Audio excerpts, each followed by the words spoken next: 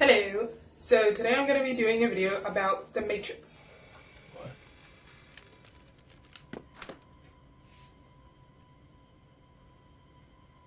What the hell? Now, this is the first time I've ever seen this movie in my life. Because all my life, of course, everybody has heard about The Matrix. It's another one of those movies that I always heard about, never got on to watching until now that I've watched it. And this is basically just my opinion on it, what happened when I watched it. Whatever, and I just wanted to make a little video about it because whatever. So, right off the bat, I will say, it is a good movie. The Matrix is a good movie. Now, the thing is, though, some of the parts are really slow. Even though it's a good movie, some parts are stupid. Like, I could have did without the sound effects. Some of the sound effects, I was like, are you serious? With these sound effects. And I basically just wrote a list of all the stuff that I thought was kind of slow in this movie. But besides that, it was a really good movie. And basically, most people that are watching this video probably already seen The Matrix. You probably know the plot and everything. They are basically figuring out that the world is a simulation and everybody's stuck in the Matrix, this and that, whatever. I just want to say some things about the phone. So they have their cell phone, which they use to call the Nebuchadnezzar or the base or whatever, but they can't transport through their cell phone.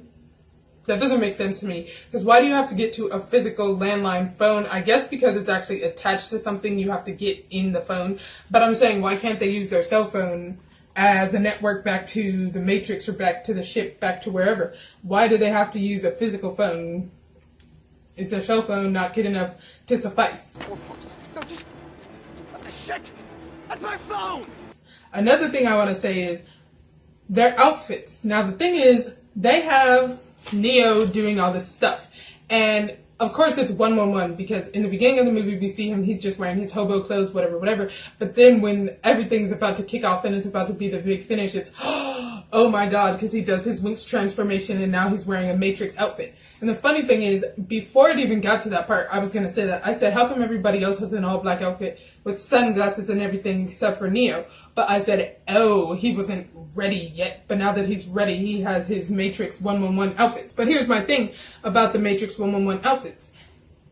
You cannot do a cartwheel or backflip or kick somebody in the face with that giant trench coat on. You would seriously injure yourself and die wearing that coat, because really...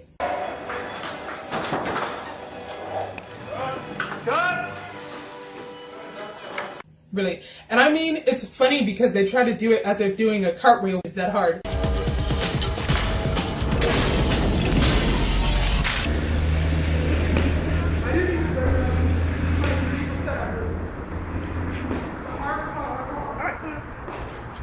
And another thing about the Matrix is when Neo finally understands his powers or understands whatever, I said, oh my gosh, the amount of movies that stole from this movie since this movie existed.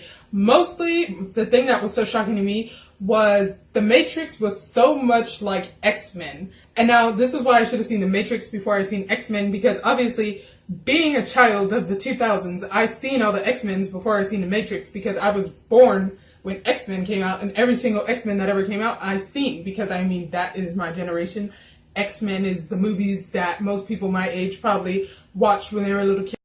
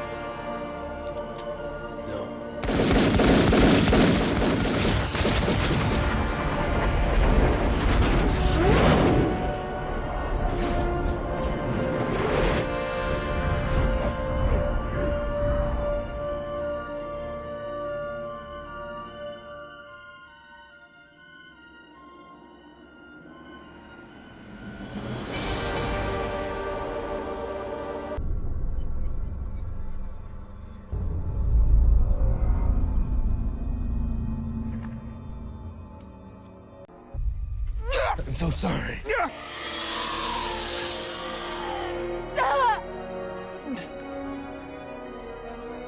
Trinity, don't you quit on me now.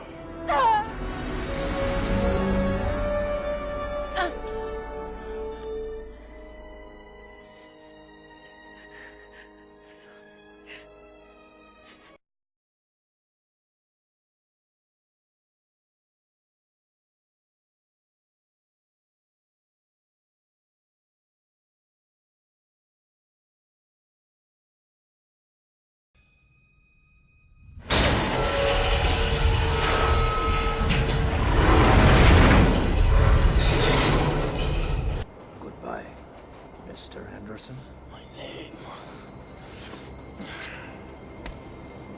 is Neo.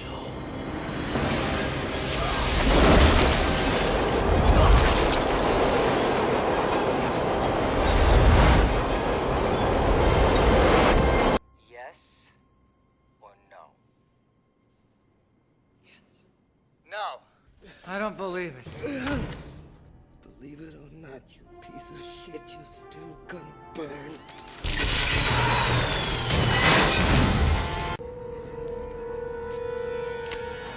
Only human. Dodge this.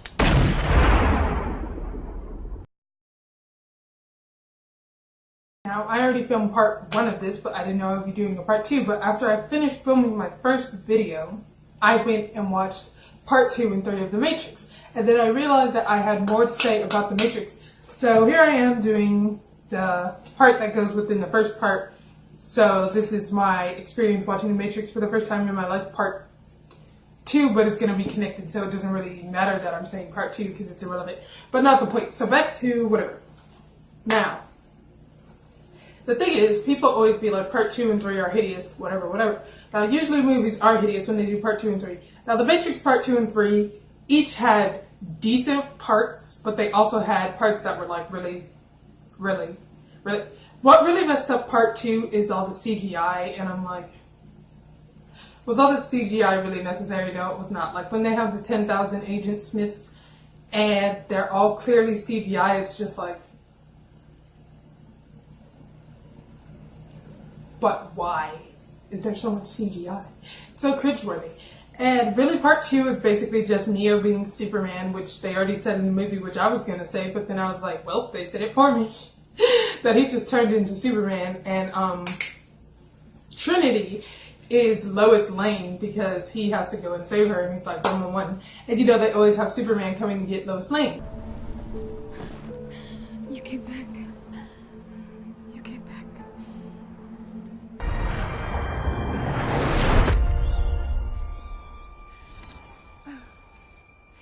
Part 2 and 3 have decent parts, but they're not good enough to be like, oh my gosh, they stand and blah blah blah. Like, they're good, but they're just kind of eh.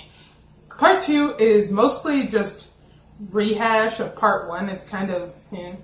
And on top of that, part 2 is 2 hours worth of setup. Because when it got to that ending scene, I was like,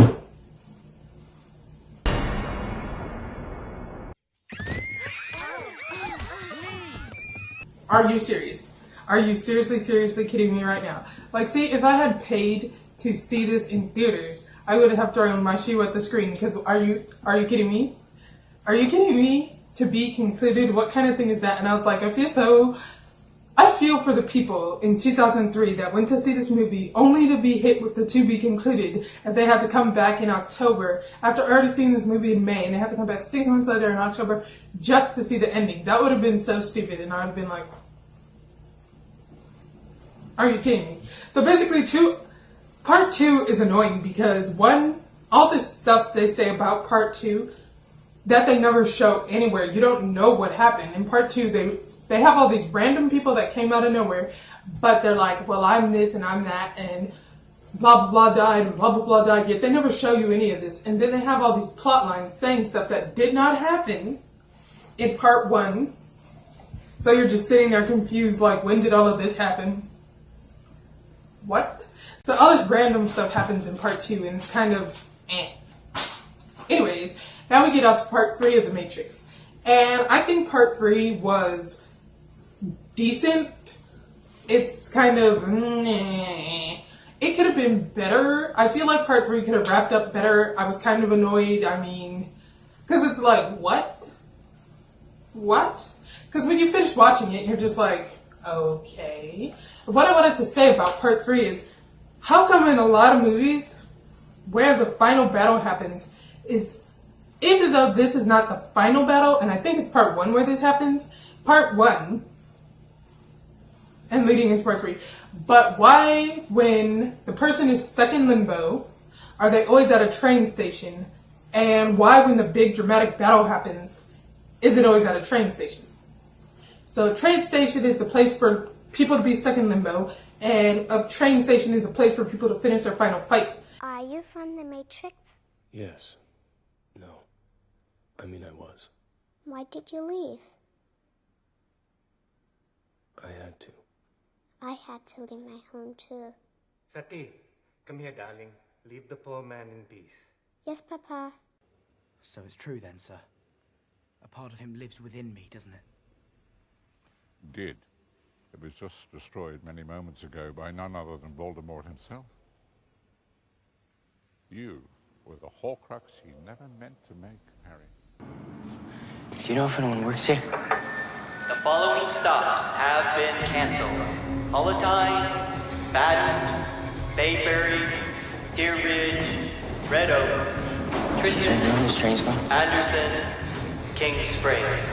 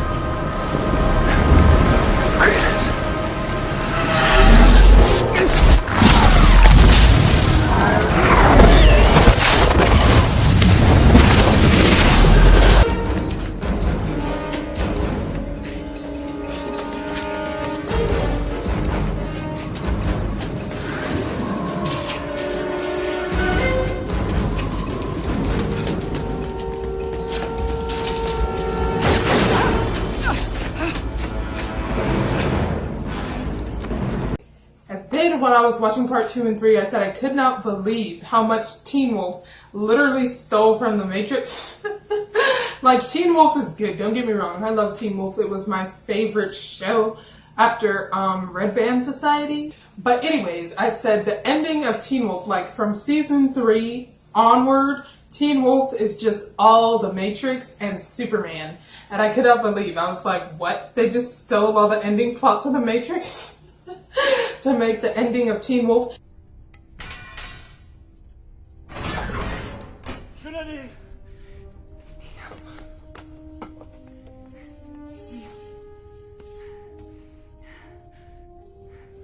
Oh no. Your eyes. Are we okay? Oh, it's all right, Trin. Scott?